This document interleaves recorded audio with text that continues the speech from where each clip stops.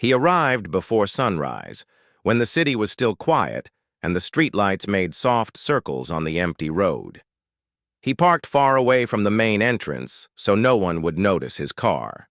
He did not wear his usual suit. Instead, he wore a basic gray t-shirt, black work pants, and cheap sneakers that had a thin sole. A plain cap hid his hair. A paper name tag said Ray, though that was not his real name. He had practiced a gentle smile in the mirror and a slower walk, like a person who felt nervous on a first day. He locked his car, took a steady breath, and walked toward his own buffet restaurant as a trainee nobody knew. The building looked different at this hour. The lights inside were bright, but a little harsh. A delivery truck was pressed against the back door. He heard the soft thump of boxes, the sliding of crates, the murmur of staff setting up. He stood near the side door and waited, trying to look unsure. A shift lead opened the door and greeted him with a quick nod. "You the new guy?" she asked. He nodded and handed over his fake paperwork. She glanced at it, shrugged, and waved him in. "We're busy. Follow me." Inside, the buffet smelled like coffee, fresh bread, and cleaning liquid. Long rows of warmers stood quiet, waiting for food that would soon arrive in big metal pans. Tables were stacked with fresh plates. The floor looked clean but not shining yet. A few wet marks showed where someone had already mopped part of the night. He caught his reflection in a window and felt a strange thrill. He was the owner, but no one looked at him like a boss. He looked like a man who needed this job. The shift lead brought him to a small corner of the kitchen, where a mop, a broom, and a bucket waited. A laminated card on the wall showed steps for proper cleaning. "Start with the entrance and front aisle," she said. "We open in 40 minutes. Keep the yellow sign out. If you need anything, ask." Her voice was brisk, not rude, just very busy. He nodded again, feeling the weight of the mop handle in his hands. He had not held one in years. He wheeled the bucket to the front, mixed the solution exactly as the card said, and placed the caution sign near the door. He could see the reflection of the ceiling lights in the doors. Outside, the sky had turned, pale blue. He dipped the mop and began to move it slowly across the floor, left to right to left, pushing water into thin lines. The motion felt unfamiliar. At first, he pressed too hard and left streaks. He paused, adjusted his grip, and tried again. This time, the mop glided more easily. He found a rhythm. Dip, drag, rotate, lift. His arms started to warm. He realized it was real work, honest work that made a place ready for people. A host came to the front stand to check the reservation list. She was young, maybe in her early 20s, with tidy hair and a careful smile. She glanced at him, then away, then back again. "First day?" she asked, her voice light. He smiled. "Yeah." She nodded. "Don't worry. Just ask if you get lost. People are nice here. Mostly." The last word was small but clear, like a tiny bell. He filed it in his mind without reacting. He thanked her and kept mopping. As he worked, he noticed how the restaurant breathed. The back door opened and closed. Boxes arrived and were unwrapped. Steam rose from pots in the kitchen. Someone laughed softly at a private joke near the ice machine. Another person stirred a giant pot of soup, the spoon clinking the sides in a steady beat. The host stapled fresh menus and set napkins in careful squares. A dishwasher hummed quietly, and plates slid into stacks like falling snow. Every person had a task. Every task had a small, important purpose. He moved to the front aisle and knelt to wipe a stubborn spot under a booth. The floor felt cool through his pants. While he scrubbed, he looked up at the empty seats, thinking about families who would sit there, parents and kids, a couple on a simple date, office workers on a quick lunch. He tried to imagine all of them walking across the floor. He was cleaning. He wanted it to be safe, dry, and neat so no one would slip and no one would feel the place was careless. He realized how many thoughts a cleaner carries that most customers never see. The kitchen door swung, and a line cook came out carrying a tray of breakfast pastries. The cook was a cheerful man with round glasses and warm eyes. He set the tray down at the dessert station for the morning crowd. "Hey," he said, "you're new. I'm Luis." The trainee name tag said Ray. He nodded. "Nice to meet you." Luis smiled. "You'll do fine. First days are always strange. This place moves fast, but you learn the rhythm." He tapped the edge of the pastry tray, then hurried back. The boss watched him go, feeling something like pride and also a little shame. He had never seen Luis at this hour. He had never thanked him for the morning pastry selection. He made a note in his heart. He finished the front aisle and rolled, the bucket toward the salad bar stretch. There was a thin line of dust near the leg of a heavy table. He wiped it slowly, checking the edges. He noticed the corners were the places that showed the truth of a restaurant. Shiny middle parts were easy. Corners took care and patience. He thought about corners in a company: quiet employees, back rooms, small requests, soft voices. He wondered how many corners he had missed over the years, distracted by numbers and reports. He pushed the thought aside so he would not lose his rhythm. The front doors opened at last to the morning light, though the official opening was still a few minutes away. A couple of early customers waited politely on the outer mat, reading the hours printed on the glass. The host explained they would open shortly and offered water.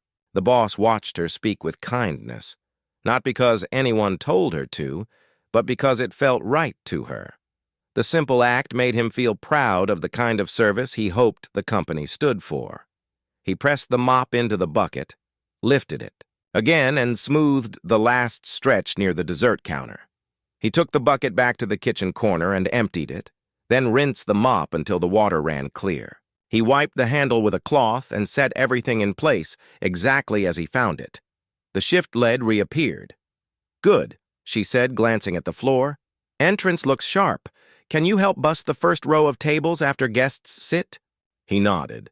She handed him a small caddy with sanitizer, extra napkins, and a roll of trash bags. "Table 3 is yours when they come in."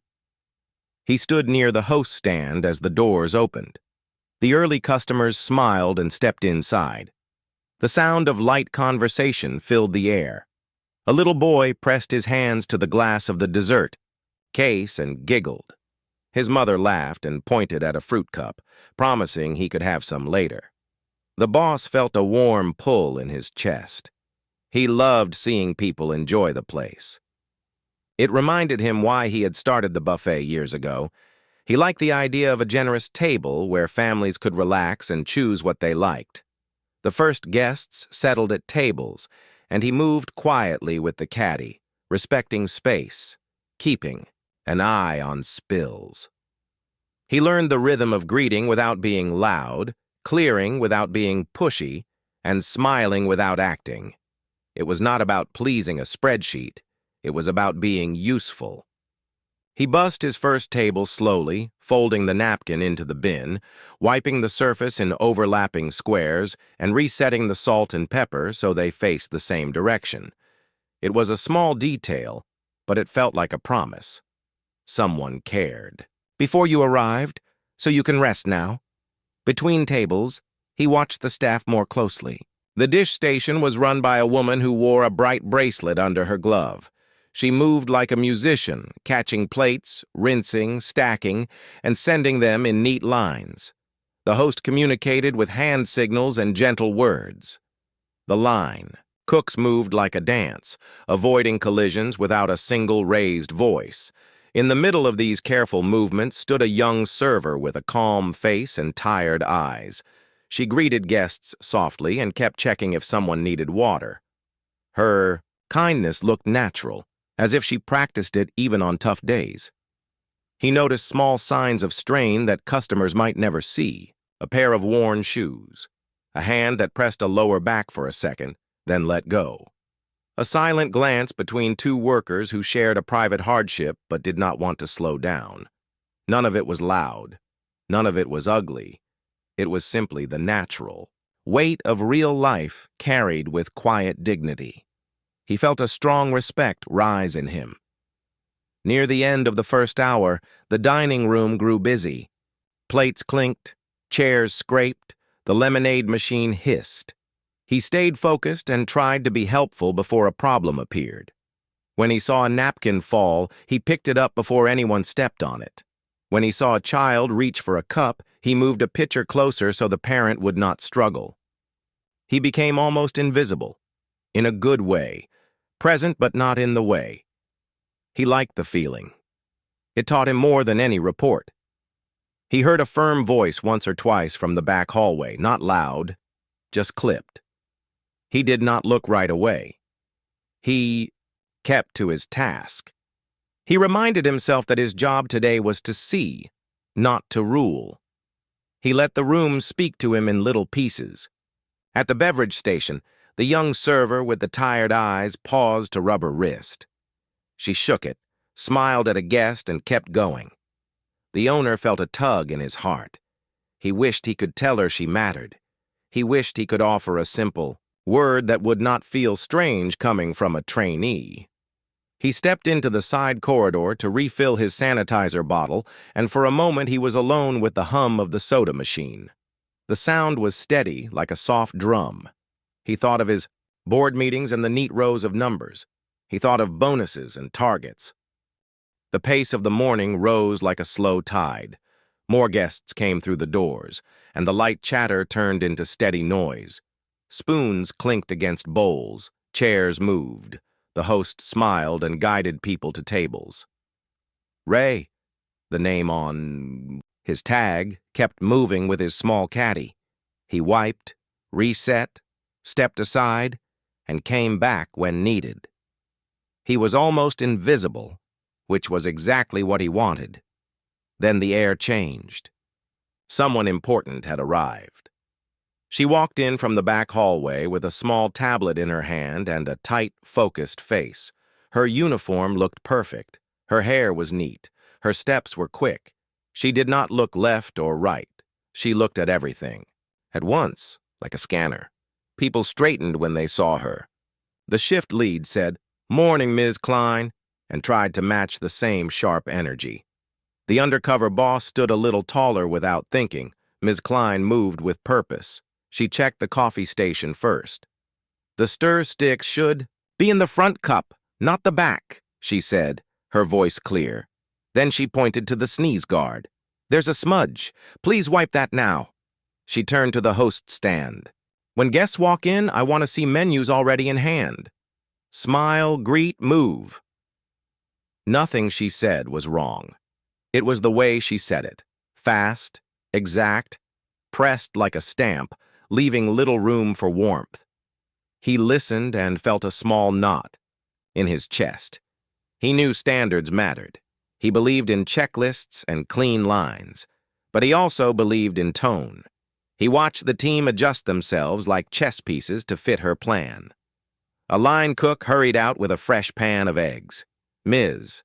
Klein stepped to the side so he could pass, but her eyes jumped to a timer on the wall.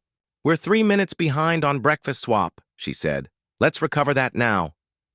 The young server with the calm face and tired eyes was nearby, refilling water. Her name tag said Maya. She nodded at a guest, set down a glass, and turned to grab 2 more. A child dropped a fork, and she bent to pick it up with a gentle smile. As she rose, Ms. Klein's gaze landed on her. "Maya, table 7 asked for coffee 5 minutes ago," she said. Her voice was not loud, but it carried. "Stay close to time requests, please." Maya's smile faded a little. "Yes," she said softly, already moving toward the coffee. The undercover boss felt a small sting, like he had tasted something bitter. He could see that Maya was trying. He could see she was juggling water, a dropped fork, and a waiting table. He could see she had kindness, even while tired. But he also understood why the manager was tense. The room was busy. People were waiting. In his head, he heard the sound of a clock ticking and the pressure of a service target. He balanced two thoughts at once. Speed matters and care matters. He decided to help in ways that would not draw attention. A guest spilled a few drops of juice near the salad bar. He placed the caution sign and wiped it before anyone slipped. Ms. Klein glanced at the sign and gave a brief nod. "Good," she said. The word was flat but real. He took it as a small win. He stepped back into the flow, ready to do more small things right. Near the dessert case, a tray ran low on fruit cups. Luis hurried from the kitchen with a fresh batch, but the lid stuck. He struggled to free it with one hand while balancing the tray. The undercover boss stepped forward. "I've got the lid," he said in a calm, quiet voice. He held it steady, so Luis could lift the tray without a mess. "Thanks," said Luis, breathless but smiling. It took 2 seconds, but it felt like teamwork. The boss saw Ms. Klein watching. She made a small note on her tablet. He wondered what she wrote. A family. At table 3 waved and he walked over. "Can I clear these?" he asked. The father thanked him. The mother looked tired, and the kids were excited about dessert. He made space on the table, wiped the surface in careful squares, and adjusted the chairs a little so no one would trip. He noticed Maya nearby, pouring coffee at table 7, her movements quick and exact now. She glanced at him, then at the caution sign he had placed earlier, and gave a faint nod of thanks. The room's noise grew thicker. A blender whirred in the back. The dish station clacked with the sound of plates and cups. The dishwasher, a woman, with a bright bracelet, moved quickly. A tower of trays leaned toward her like a small mountain. Ms. Klein glanced at the mountain. "We need faster tray turns," she said to the shift lead. "Ask for help if you need it." He heard the words, and before the request came, he stepped to the dish side and picked up a rack of glasses to move it closer. The dishwasher shot him a surprised smile. "I'm Lila," she said. "Thank you." He nodded. "Ray." For a moment, the flow felt good again. People moved with purpose. A small chain of helping hands formed. But stress has a way of returning like a wave. A guest asked for a special order. A child wanted extra sauce. A pan on the hotline emptied faster than planned. Ms. Klein circled the room with eyes that caught every detail. "Napkins need folding at table 9, she told one person. "The sign should be turned this way," she told another. "We are at capacity. Host, please manage pacing," she said. No one wanted to disappoint her. Maya moved smoothly through the aisle with a tray of drinks. A chair in her path stuck out by an inch. She adjusted, but the tray tilted and a little water spilled on the edge of a table. It was a thin line, barely there, and she wiped it with a napkin at once. A guest smiled kindly and said, "It's fine."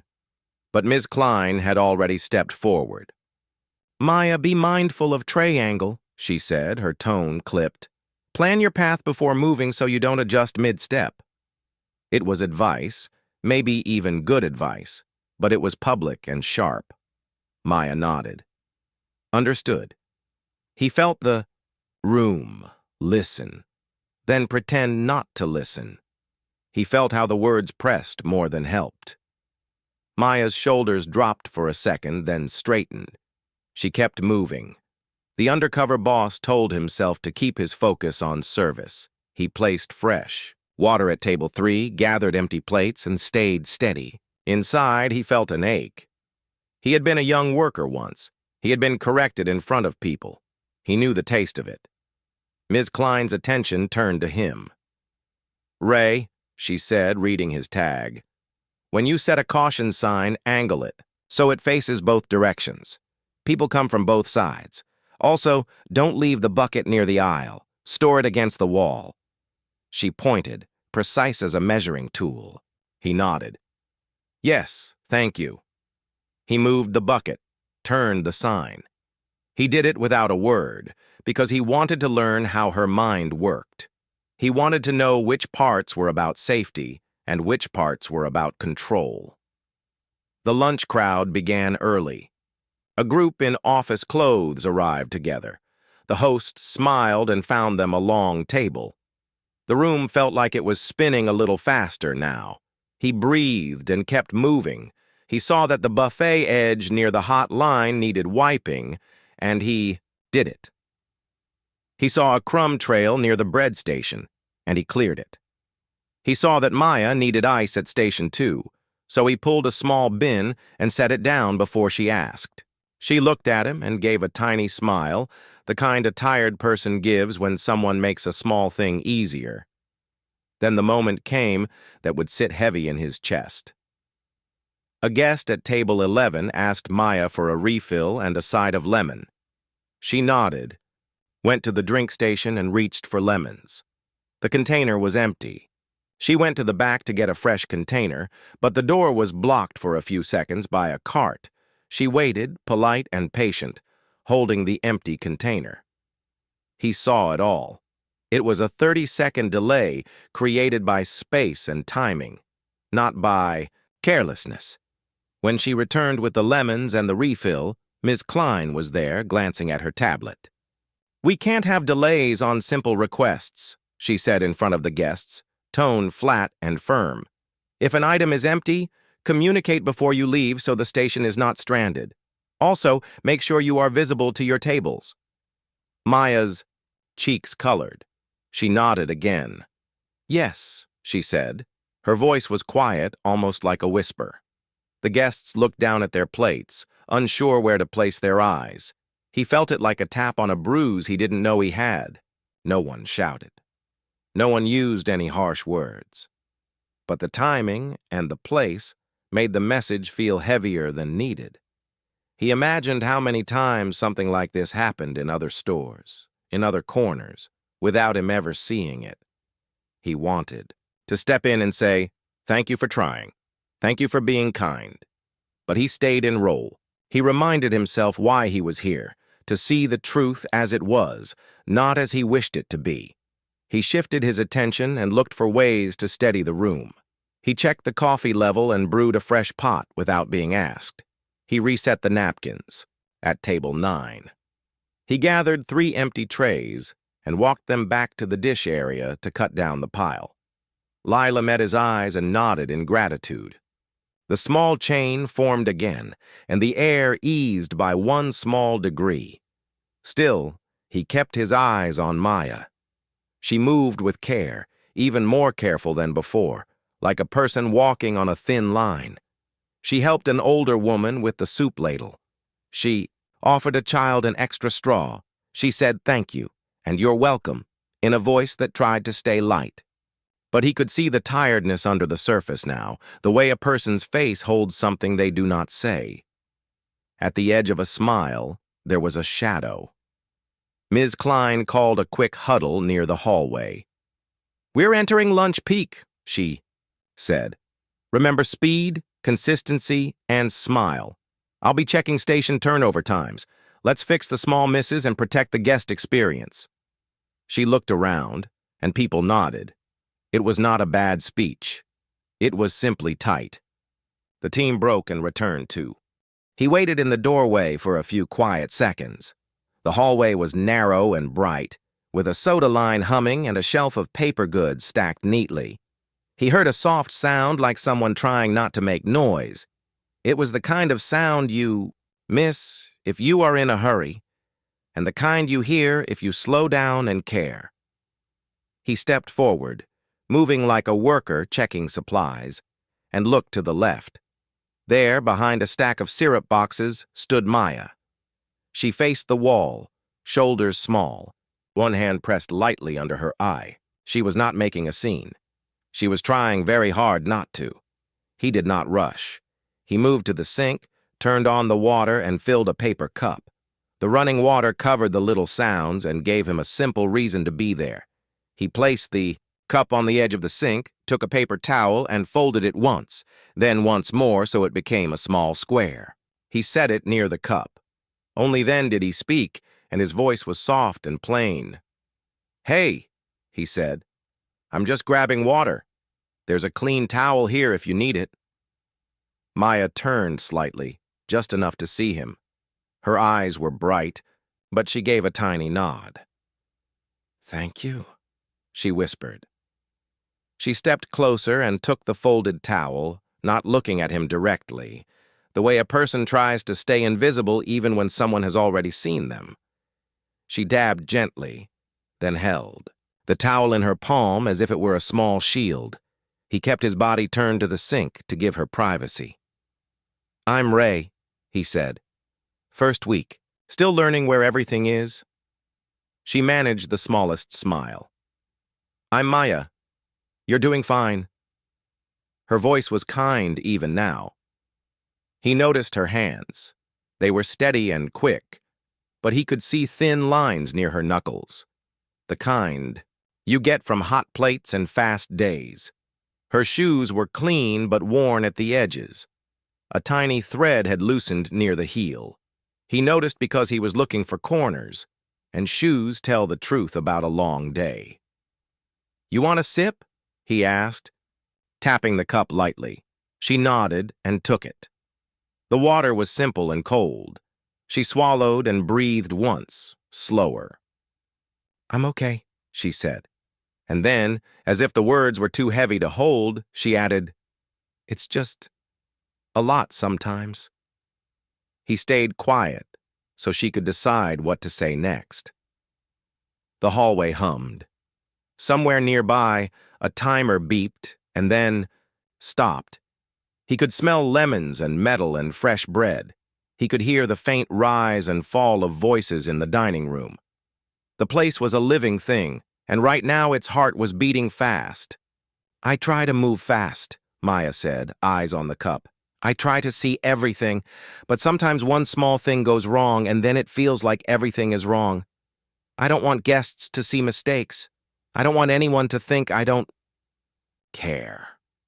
He thought about the way Miss Klein had spoken in front of the guests, clean and direct, like a rule read from a book. He thought about time and tone and how both shape a day. "It's clear you care," he said. "People see that. I saw it before breakfast." She looked at him, surprised. He kept his face open and calm. This was not a speech. It was a simple truth. "You helped that child with the straw," he said. "You smiled at the lady with the soup. You were gentle when a fork fell. People feel it when someone is gentle." Her eyes softened a little. "Thank you," she said. "I try to do the small things right." A cart rattled at the far end of the hallway, then turned away. They had a few safe seconds more. Maya let out a breath she had been holding. "It's not just work," she said, the words small and even. "My mom's not well lately. I go with her to appointments when I can. I'm saving for a test I need to take next month. I keep telling myself to smile and move and be quick. But when someone speaks to me in front of everyone..." She stopped and swallowed. "I wish it was private. That's all." He nodded. "That makes sense," he said. He kept it that simple. He wanted to ask about her mom and the test, but he did not want to make the hallway a confessional. He wanted to honor her time and her pride. "Do you want 1 minute?" he asked. "I can cover the drink station. I'm right there anyway. You can breathe and then come back." Her eyes met his, and for a second there was only human gratitude. "Just 1 minute," she said. "Thank you." She folded the damp towel and threw it away, rinsed the cup, and placed it upside down to dry. Then she stood with her palm on the cool metal of the sink and took 3 slow breaths. He stepped back into the doorway so anyone passing would see a worker, not a pause. When she straightened, her face was calm again. Not fake, just steady. "I'm ready," she said. He moved with her toward the dining room. Before they turned, the corner. He picked up a small empty bin. "Back up lemons," he said lightly. "I'm going to slice some. That way the station doesn't go empty again." She nodded, lips pressed in a small smile. The plan was simple, but simple plans save time. As he entered the main room, he caught sight of Lila at the dish station. The stack of trays was smaller than before, but still tall. He set the lemon bin on a clean corner of the prep table and looked for a moment to help Lila. The room didn't allow a long break, but small hands at the right time make big differences. He lifted a rack of cups from the end of the machine and slid it toward the drying shelf so Lila could keep her flow. "You're a quiet hero," she said with a quick grin. He laughed. "Just moving water?" He cut lemons into neat wedges, working carefully. He did not rush the knife. He thought about easy changes that build care into the day. A small second container ready under the counter, a note on the prep list, a reminder to check lemons every 30 minutes. He made a mental list and set it aside for later. Right now, his job was to be useful. With the backup set, he returned to the aisle. The dining room was full of movement again. A group laughed near the window. A couple spoke softly at a booth. The host signaled that a new party had arrived. He saw the line cooks swap pans like musicians passing notes. He felt both the push and the pride of a peak hour. He liked that feeling. It meant the place had a pulse. Maya came back into view near table 11. Her smile was gentle, not wide, but real. She refilled water and checked coffee. The guests relaxed. One of them, a woman with silver hair and bright eyes, touched her arm lightly and said, "Thank you for being so kind." Maya's shoulders eased. "You're very welcome," she said. He watched the way a soft word can loosen a tight knot. He tucked that lesson away, too. Ms. Klein made a slow pass by the stations. Her eyes were sharp, but her steps were not harsh. He saw something new in her face now that he was closer. He saw the light circle under her eyes that comes from short sleep. He saw her glance at the tablet, then at the clock, then at the door. Pressure lives in a person's posture. He did not excuse her tone, but he understood that pressure has a way of leaking into words if there is no place to release it. Understanding. People did not mean excusing harm. It meant designing better ways. He kept himself between problems and people when he could. When a napkin fell, he caught it. When a plate rocked on an uneven table, he tucked a sugar packet under the leg to stop the wobble. When two guests tried to pass in a tight space, he pulled a chair gently to widen the lane. None of these actions had his name on them. They were not big, but the room softened by tiny degrees because of them. After the first lunch swell, the tide pulled back. The noise dropped to a steady level. The air conditioners hummed. He felt the small exhale that crews share when a rush is done. No, one talks about it, but everyone feels it. He wiped the edge of the dessert case, then went to the back again to wash his hands. Maya was at the sink, washing hers too. She glanced at him and smiled a little more openly. "That water helped," she said. "And the backup lemons. Thank you." "Anytime," he said. "You handle the floor with a lot of care." She shrugged, but he could see the words landed. "Care is the only part I can control," she said softly. "I can't control when the bus is late or when the line gets heavy or when the tone gets sharp, but I can control how I treat people."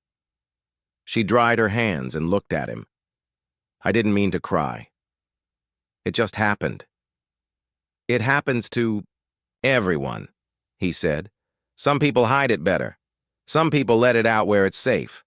No shame in either." She gave a tiny laugh, not loud, not sad, just human. "You talk like a teacher," she said. He smiled.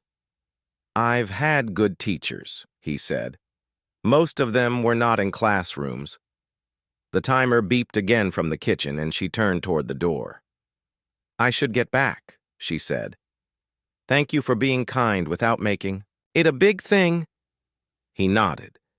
"You're welcome." She walked out, shoulders level.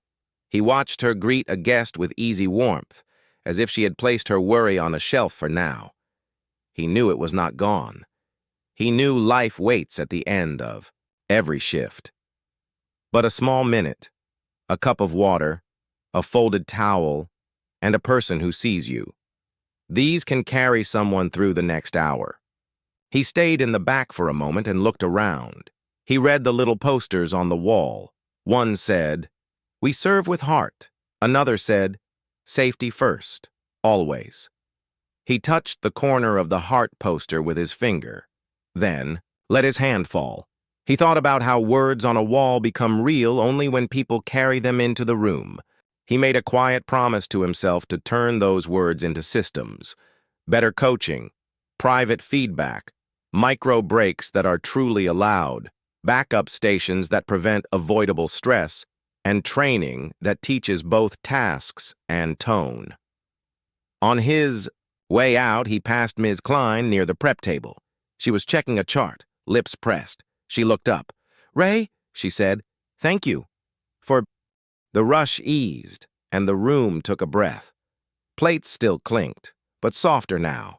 A few tables emptied, and sunlight slid across the floor in warm stripes. He felt the shift in energy the way a sailor feels the wind change. This was the small window when people caught up, wiped stations, and drank water in 2 quick sips. He carried a bus tub to the back and found Maya near the hand wash sink, rubbing sanitizer between her fingers. She looked steady again. The small red around her eyes had faded. She nodded at him like teammates do. "Thanks for covering earlier," she said. "I'm okay." He smiled in a simple way. "You're welcome. You're doing good work." She let the words sit. "We get a 10-minute break between the rush and lunch if the floor allows," she said. "I usually don't go far. Just sit near the back door where there's a little fresh air." "Fresh air is good," he said. "Mind if I sit on the crate near the mop sink? I can keep an eye on the dish side if they need a hand." She nodded. "Sure." They stepped to the service door where a thin line of daylight came in under the threshold. The air felt cooler. A small fan hummed, pushing out the warm kitchen air. Lila passed with a rack of plates, grinned at them, and kept going in her smooth rhythm. Luis whistled a few notes from a song as he stirred a pot. Maya took a seat on a sturdy crate and held a cup of water. He sat on the mop sink step with his caddy at his feet, so he would look like a worker still on task. He did not push the talk. He let the quiet help. She spoke first. "I don't like being corrected in front of guests," she said, voice even. "It makes me feel like I'm not real, like I'm just a number." He nodded once.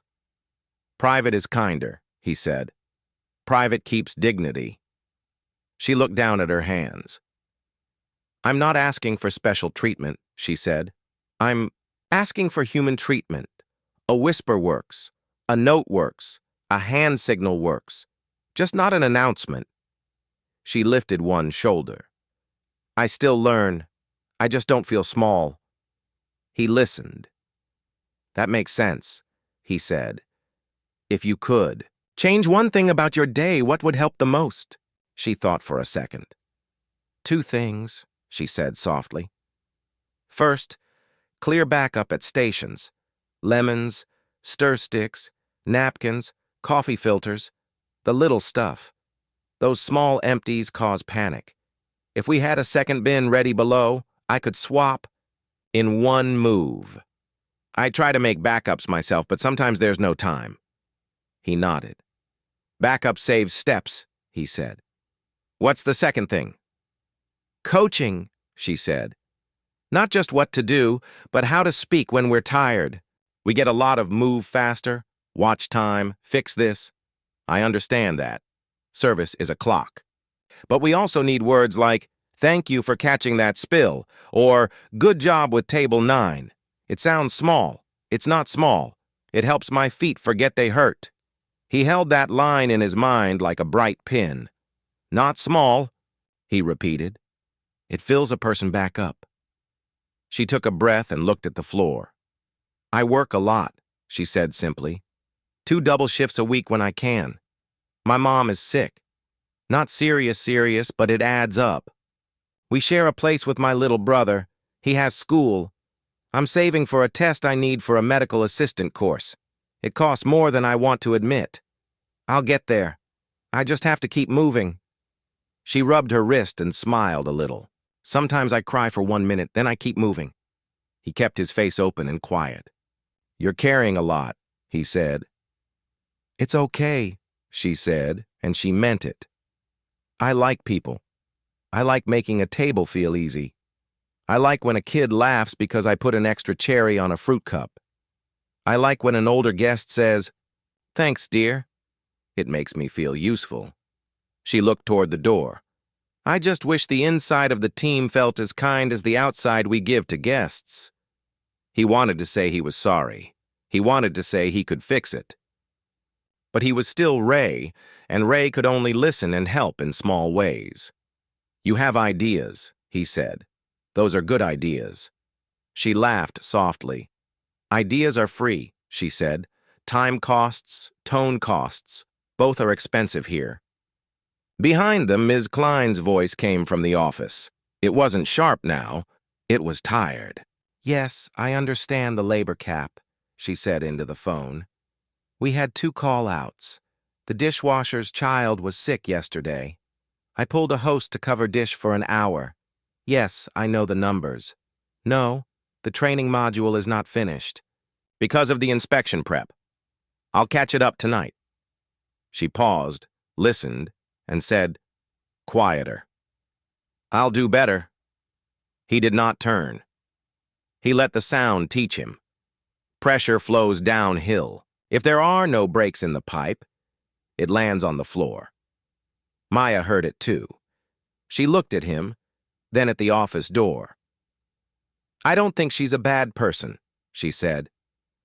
I think she's tired. I think she learned a style that worked for someone else. Maybe it worked when the store had more people. She swallowed. Maybe no one taught her how to coach without fear. He nodded, slow. Maybe, he said.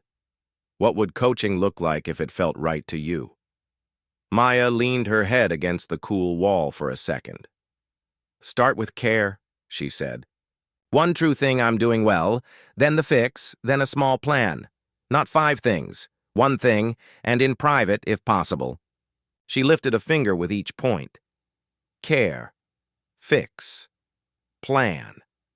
That would help me listen without feeling like I'm breaking. Care, fix, plan, he said, tasting the simple rhythm. That's good. She looked at him a little more closely. You ask questions like you'll do something with the answers, she said. Most new people just try to survive the first week. He smiled a little, almost shy. Questions help me learn, he said. Good ideas sometimes start at the Mops Inc. She laughed, and it was a real laugh now. True. The brake clock on the wall ticked. She glanced at it and stood. I should get back, she said. Thanks for letting me breathe and for not making it weird. Any time, he said. I'll set a second lemon bin under the counter. And I'll show Lila a quick stretch for her wrist when the machine pauses. Small things, she nodded. Small things are big. They walked out together. On the way, he passed the office and saw Ms. Klein at the desk with her head bent over the tablet. The sharpness was gone from her face.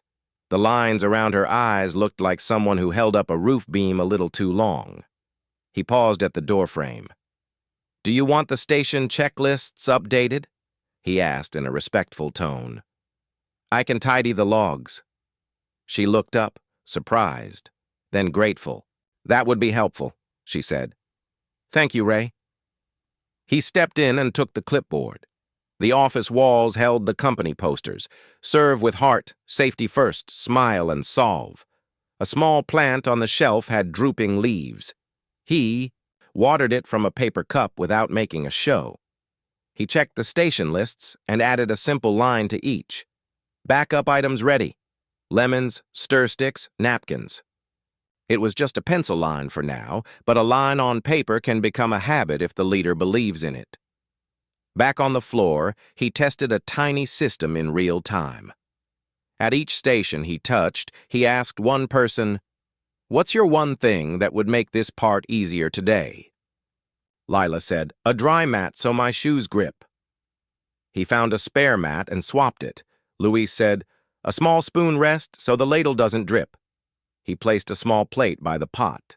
The host said, a short script for when the wait is 10 minutes, so I don't fumble. He handed her 3 simple lines. Thanks for waiting. Your table will be ready in about 10 minutes. Can I get you water while you relax? She smiled. That helps. He didn't change the world. He changed 3 corners. The room responded. He could feel it, the way a stringed instrument hums when someone tunes it carefully. When Ms. Klein next came through, she noticed the backup lemons under the counter. Good, she said. Then she saw the spoon rest and the extra mat. She paused. Who made those adjustments? She asked lightly, not sharp, just curious. Team did, he said. We're trying small improvements. She gave a short nod. Keep going, she said. Then she looked at Maya, who was checking, coffee, and added, Thank you for handling table 9 earlier. They asked for you by name. The words were not loud. They were plain. Maya looked up, surprised. Thank you, she said quietly. He watched the tiny change land like rain. On dry ground, he wondered if Ms. Klein had heard herself on the phone and decided to try a different tone for one sentence. He hoped so. Sometimes a person needs a model for a new way to speak. Sometimes they need proof that it works. Later, as the second lunch wave slowed, he found a moment to ask gentle questions that would help him see the bigger picture. He asked Luis how many hours he wanted each week and how many he got. I want 32. I get 24 on average, Luis said. I pick up shifts at my cousin's place on weekends. He asked Lila what support would help. Childcare is the puzzle, she said. If my sitter cancels, I cancel. I hate it. I don't want to let the team down. He asked the host about school. I'm saving for 1 class at a time, she said. Books cost more than I thought. He didn't promise anything. He just listened. He drew a mental map of pressure points, schedule stability, backup prep, private coaching, small acknowledgments, flexible swaps, training that includes tone. He could see how all those parts linked to the same outcome the company wanted. Guest happiness, clean scores, safe floors. Care was not against results. Care fueled results. In the late afternoon, he wiped the dessert glass until it shone and thought about the systems he wanted to build. A 2-for-1 coaching rule. 2 real thanks for every 1 correction.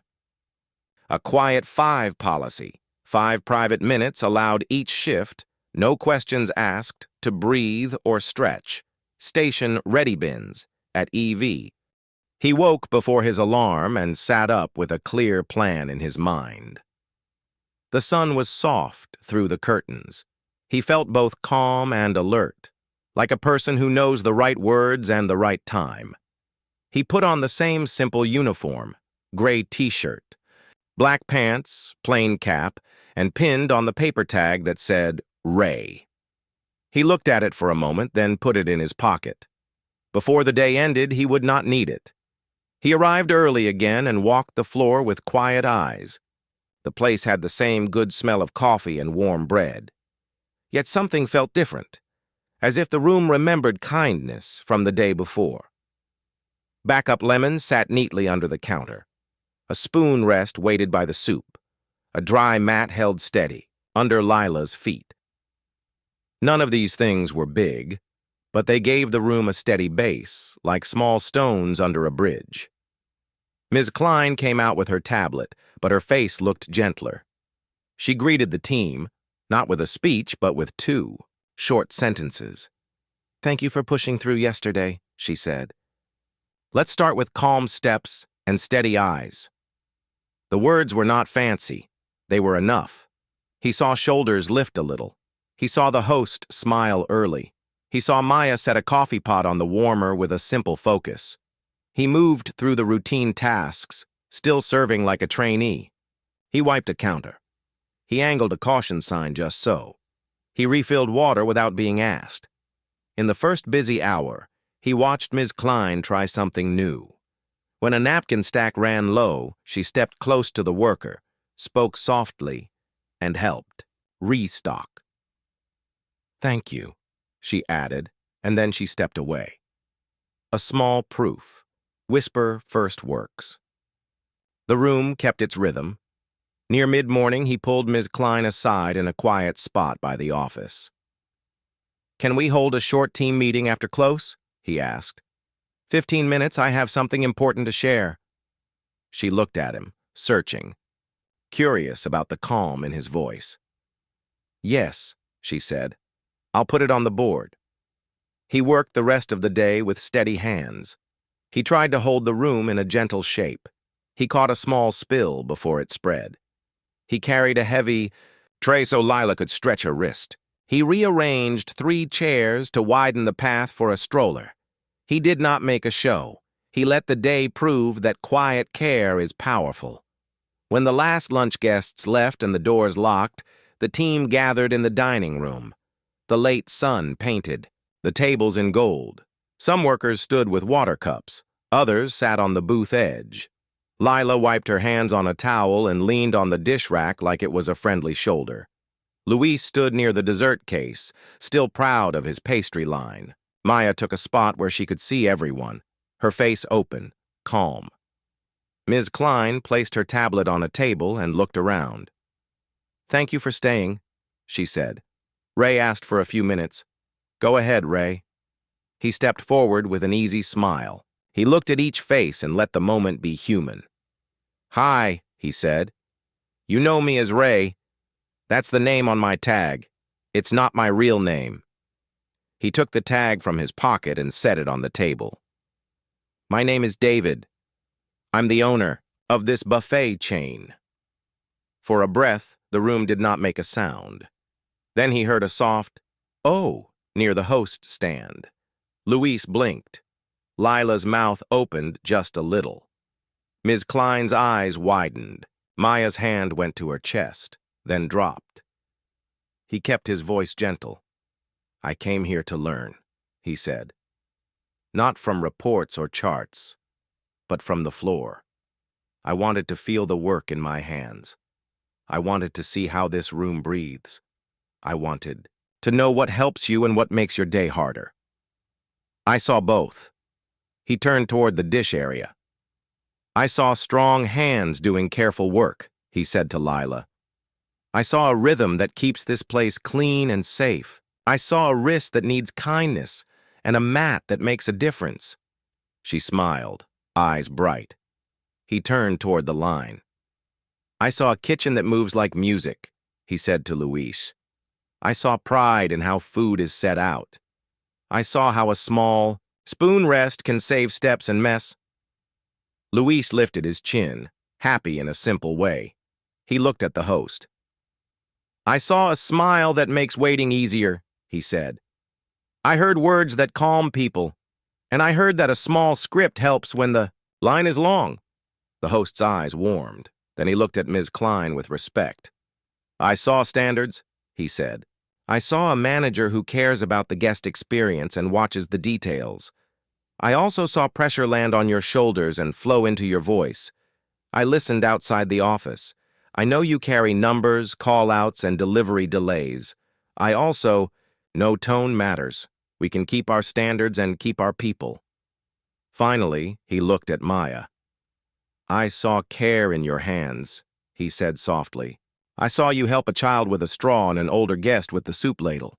I saw you keep your voice kind even when your heart was heavy. I heard a small sound in a hallway that told me the truth of this place. That sound should not be a secret."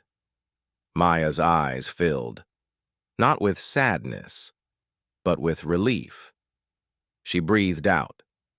The team watched her with kindness. He raised a hand, open. "I want to say 2 things," he continued. "First, thank you. You kept this room safe and welcoming. You did that while carrying real life. Second, I am sorry. I am sorry for the moments when the way we speak makes a person feel small. I am sorry for the corners we did not support. We will change that starting now. He pulled a short paper from his pocket. Here are the changes we will make, he said, speaking clearly, one by one. Number 1, whisper first. If feedback can be given in private, it will be given in private. Managers will coach next to the person, not above them. We will hold a training for this next week. I'll be there. Number 2, 2 for 1. For every correction, managers will give 2 true thanks for specific actions. Not good job in general, but thank you for catching that spill fast, or thank you for helping table 9 calmly. We will put a small tracking line on the daily log to build the habit. Number 3, ready bins. Every station will have a backup bin under the counter for small items. Lemons, stir sticks, napkins, filters. We will check them every hour. A second person will run a quick buddy sweep at the half hour. Number 4, quiet 5. Each shift, every worker has 5 private minutes to breathe, stretch, drink water, or take a small reset. No questions asked. Use them when you feel your chest get tight. Managers will cover. Number 5, scheduling and support. We will pilot a more stable schedule here. We will also set up a simple swap board so people can trade shifts without stress. If childcare breaks or a bus is late, we will have a short list of trained floaters to step in. Number 6, shoes and hands fund. We will give a small stipend each quarter for sturdy shoes or wrist supports. We will also bring in a short stretch routine for dish and line teams, 2 minutes each hour, led by the manager. Number 7, learning help. If anyone is studying for a test or class that helps their future, bring it to me or Ms. Klein. We will cover 1 exam fee per person this year and try to build a small scholarship fund next year. He paused and looked at Maya. Maya, I heard you are saving for a medical assistant test, he said in the same calm tone he used with the whole group. The company will cover that fee. If you want, we can also adjust your schedule on appointment. Days for your mom. Please see Ms. Klein after this to set it up. A small sound moved through the room, soft, grateful. Maya put a hand over her mouth, then lowered it and nodded. Thank you, she said. I will work hard and pay it forward here while I'm with you. He turned back to the team. None of this is charity, he said. It's respect. When people have small supports, they give great service. Care is not the opposite of results. Care creates results. He lifted his eyes to Ms. Klein again. And for leaders, he added, we'll start care, fix, plan coaching. The simple 3 steps we talked about this week.